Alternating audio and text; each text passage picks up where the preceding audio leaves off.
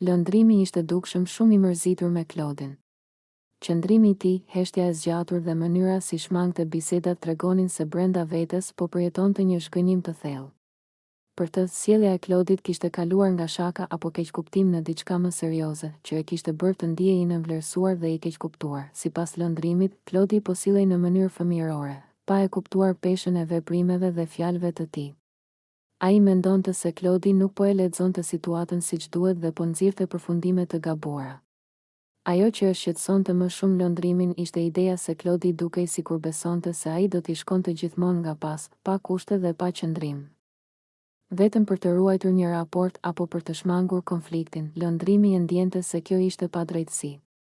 Ai nuk e shihte veten si dikë që ndjek verbërisht, por si një person me mendimin dhe dinjitetin e vet për të. Respekti duhet të jetë i ndërsjellë dhe jo i bazuar në supozime apo lojra egoje. Pikërisht kjo mungesë e mirëkuptimit e kishte lodhur emocionalisht. Ai reflekton shpesh se ndoshta Claudi nuk e bënte këtë me qëllim të keq, por nga mungesa e pjekurisë në mënyrën si i përballonte situatat. Megjithatë, kjo nuk e justifikonte sjelljen. Lëndrimi mendonte se në një ambient si ai, ku gjithçka është nën presion dhe vëzhgim, duhet më shumë maturi dhe komunikim i hapur. Jo supozime dhe reagime impulsive. Kjo mërzi nuk ishte vetëm për një situatë të vetme, por për një sër momentesh që ishin mbledhur me kohë. Dhe kur këto ndjenja nuk shprehen menjëherë, ato kthehen në zhgënjim.